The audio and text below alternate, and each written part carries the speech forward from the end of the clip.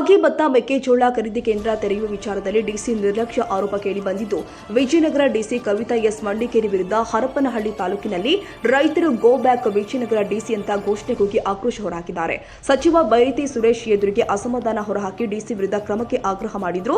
ಇದೇ ವಿಚಾರಕ್ಕೆ ಮಾತನಾಡಿರುವಂತಹ ಡಿಸಿ ಕವಿತಾ ಮಂಡಿಕೇರಿ, ಸರ್ಕಾರದಿಂದ ಆದೇಶ ಬಂದಿಲ್ಲ, ವರದಿ ಇದ್ದಾಗ ನಾನೇಗೆ ಖರೀದಿ ತೆರೆಯಲು ಆಗುತ್ತೆ.